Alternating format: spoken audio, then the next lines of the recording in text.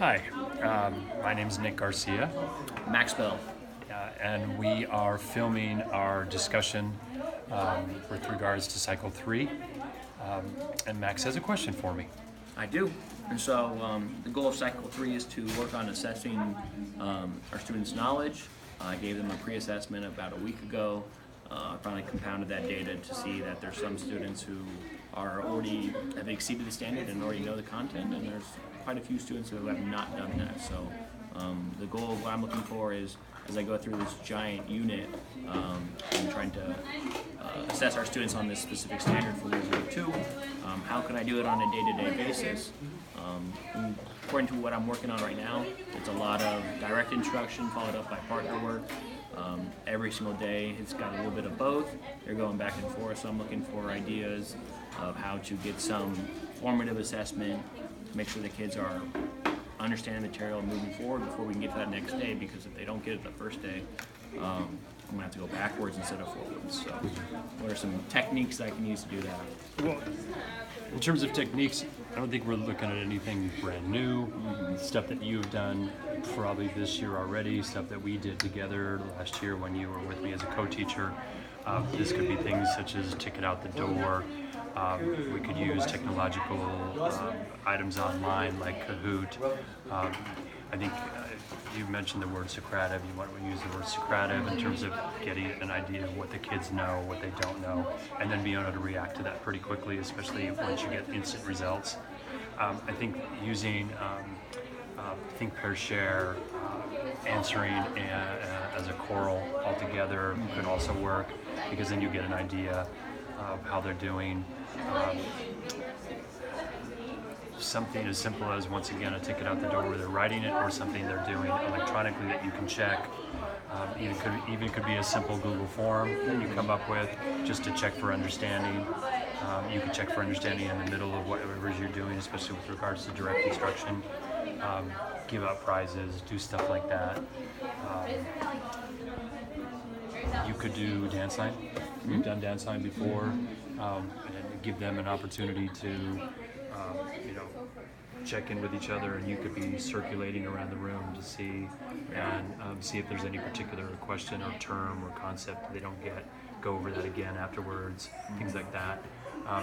If you remember, I think we've done this before where we take dance line outside. Oh yeah. Take your Bluetooth out there, put a little music in the background like we've done before. That's always a really good thing to do. Let's see, what else? Games like Jeopardy.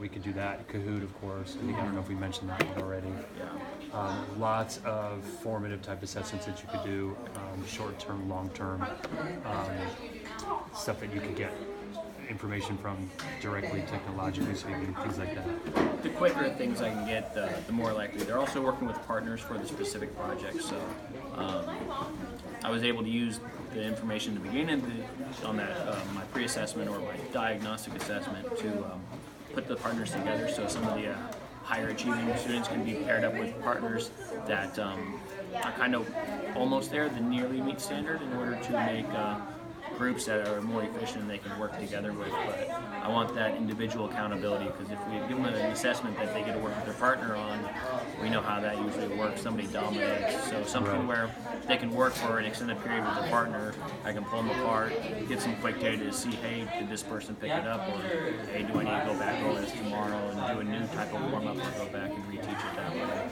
But I think technologically speaking, anything, I'm using the Chromebooks every single day. They're typing up their newspaper articles, things like that.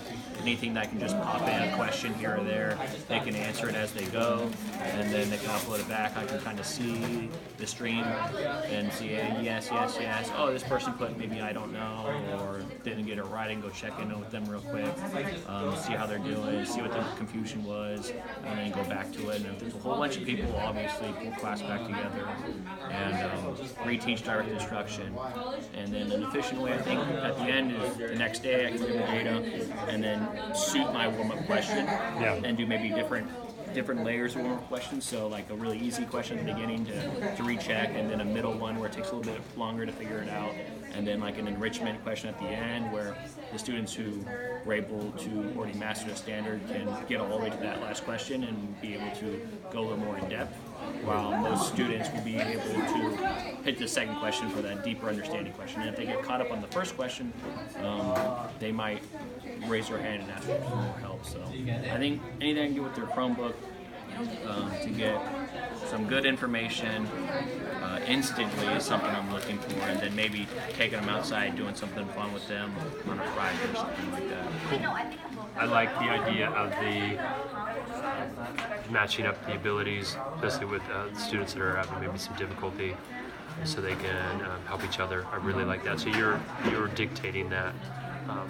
It's always, I think, it's always nice to let them. Yeah, always nice to let them choose, but there's times when you have to choose for them. Agreed.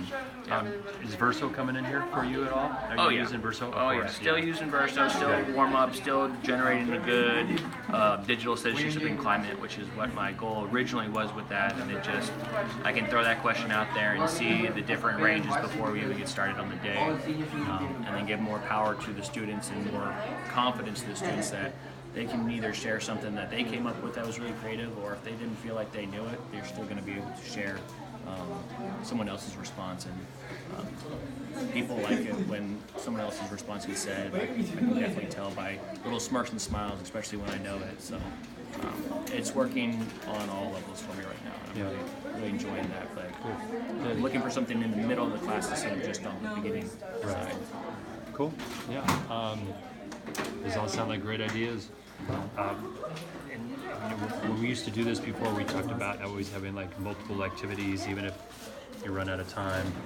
So I like Planning the too idea much. of something. Yeah, always planning too much, because you can always go back and use it another day, the next day. You said something about connecting to previous knowledge. I really like that.